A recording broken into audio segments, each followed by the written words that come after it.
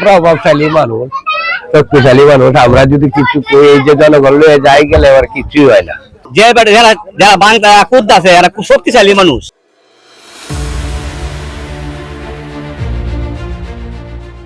কিশোরগঞ্জের করিমগঞ্জ উপজেলায় মাছ ধরার কথা বলে ইজারা নেওয়া হয়েছিল জলমহাল, কিন্তু সেখানকার ধনু নদীর বুক চিরে চলেছে বালু লুটের মহোৎসব। এতে নদীগর্ভে বিলীন হয়ে গেছে উপজেলার সুতারপাড়া গ্রামের বিঘার পর বিঘা জমি।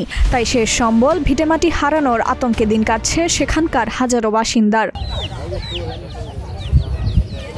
অভিযোগের তীর রায়জানি দায়ের মৎস্যজীবী সমবায় সমিতি লিমিটেডের দিকে প্রায় ৬০ লাখ টাকায় উজান ধনু জলমহাল ইজারা নিলেও সেখানে এখন জাল ফেলার চেয়ে ড্রেজার চালানোতেই ব্যস্ত প্রভাবশালী মহল। স্থানীয় রাজনৈতিক ছত্রছায়ায় প্রতিদিন শত শত নৌকা ভর্তি বালু পাড়ি দিচ্ছে বিভিন্ন গন্তব্যে, অথচ নিয়ম অনুযায়ী জলমহাল থেকে বালু তোলার কোনো সুযোগ নেই।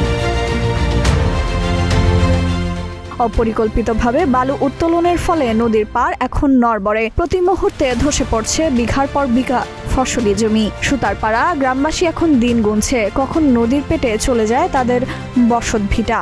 বিঘার বিঘার জমি আমরা বাঙালি কাছে গা, এরপরে বাড়িও বাংলা নোনার সম্ভাবনা আছে। এই কিছুদিন মধ্যে বাড়ির কাছে আয়া যাবো গা, এই যে বাংলাদেশে ডেজারে আমরা বাড়ির কাছে আয়া যাবো গা। আমরা অনেক ক্ষতি করছে মানে এই ডেজারে আমরা করতেছে। এই তো যারা শক্তিশালী আছে এরাই তুলে। এই গ্রামে প্রায় 20,000 মানুষ, এই 20,000 মানুষে বসবাস করার মতো তার মতন ভালো। এই নদী প্রায় 5 কিলোমিটার দূরে নদী ছিল, নদী অঙ্ক আয়োস 1 কিলোমিটার দূর লইছে আয়োসের গ্রামের কাছে। এই 20,000 মানুষের তো জমি নীতি, এই দেশের মানুষের জমি নীতি কম, এই দেশের মানুষের জমি নীতি কম, জমি নীতি নাই, আর খাদ্য সংকট হয়ে যাবে।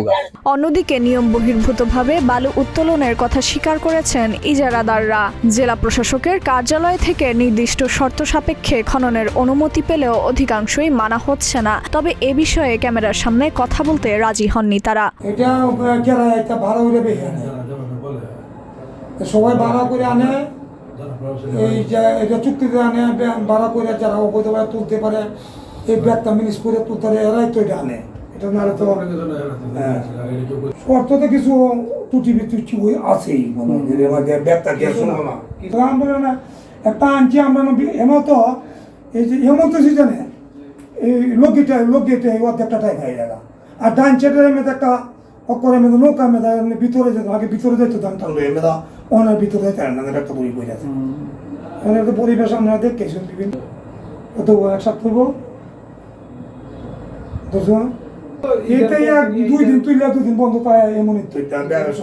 নিজেদের শেষ সম্বল রক্ষায় মানববন্ধন করেছেন সুতারপাড় গ্রামের বাসিন্দারা। ধারণা দিয়েছেন প্রশাসনের দুয়ারে, কিন্তু কোনো এক অজানা কারণে সেই আর্তনাদ পৌঁছায়নি দায়িত্বশীলদের কানে। প্রভাবশালীদের দাপটে নিরুপায় সাধারণ মানুষ। আমরা প্রশাসনের কাছেও এই অভিযোগ করিয়াও এটা কোনো ন্যায্য বিচার পাইলাম না আমরা। আর ন্যায্য বিচার পাওয়ার না কারণে আমরা এখন এরকম পর্যায়ে গেছি, এই গ্রাম একদিন, এই যে 20,000 মানুষের বসবাস এই গ্রামটা একদিন বিলীন হয়ে যাবে খুব প্রচিরেই। প্রতি বছর 100-200 ফুট ভাঙ্গা আইতাছে দিকে। এইভাবে দেখা যাচ্ছে যে গ্রামটা আর বেশি দিন নাই, খুব কাছাকাছি সময়ের মধ্যেই এই গ্রাম বিলীন হয়ে যাবে। এটা যদি সরকারের পক্ষ থেকে রোহিত না করে, আমরা জনগণ রোহিত করার ক্ষমতা নাই, যারা এটা করায় এরা আমরার চেয়ে অনেক শক্তিশালী বেশি। আজ সুতারপাড়ার সাধারণ মানুষ বাঁচতে চায়, তাদের জানমাল রক্ষা করতে প্রয়োজন প্রশাসনের কঠোর ভূমিকা এবং স্থায়ী সমাধান। যারা নদী শাসন করে এরা ডেজার্টে বালু তুলতেছে, এদেরকে প্রতিহত করার জন্য ডেজার্ট যাতে বালু না তোলে, আমরা এই জন্য ডিসি মহোদয়ের বরাবর, ইউনো বরাবর, এসিলেন্ট বরাবর অনেক দরখাস্ত দিছি। এই বালু উত্তোলনের কারণে অনেক জমি নদীর সাইডের জমি নদীর গর্ভে বিলীন হয়ে গেছে। আস্তে আস্তে নদীর পার ভাঙ্গে গ্রামের দিকে আসতেছে। কোনো অদূর ভবিষ্যতে এই গ্রামটা একদিন বিলীন হয়ে যাবে। আমরা চাই যে ডেজার চিরদিনের জন্য বন্ধ হোক।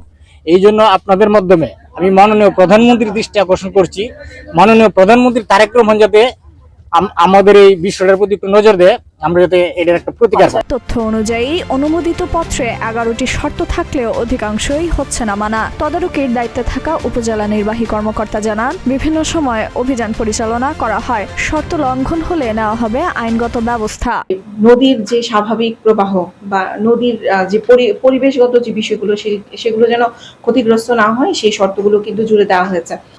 এখনো পর্যন্ত আমাদের বিভিন্ন অভিযোগের প্রেক্ষিতে উপজেলা প্রশাসনের পক্ষ থেকে বেশ কয়েকবার মোবাইল কোর্টের অভিযান পরিচালিত হয়েছে এবং কর্তৃপক্ষের সঙ্গেও কথা বলা হয়েছে যেন ওনারা শর্ত সাপেক্ষে যে শর্তগুলো দেওয়া হয়েছে সেই শর্তগুলো পালন করেই যেন মাটি খনন কার্যক্রমটি পরিচালনা করেন। এটি যদি ভবিষ্যতে কোনো ধরনের ব্যত্যয় ঘটে অবশ্যই উপজেলা প্রশাসনের পক্ষ থেকে ব্যবস্থা নেওয়া হবে। নদী বাঁচলে বাঁচবে জনপদ, কিন্তু ক্ষমতার দাপটে যদি এভাবেই ধনু নদীকে ক্ষতবিক্ষত করা হয় তবে তার চড়া মূল্য দিতে হবে সাধারণ মানুষকে। ডেস্ক রিপোর্ট, প্রতিদিনের বাংলাদেশ।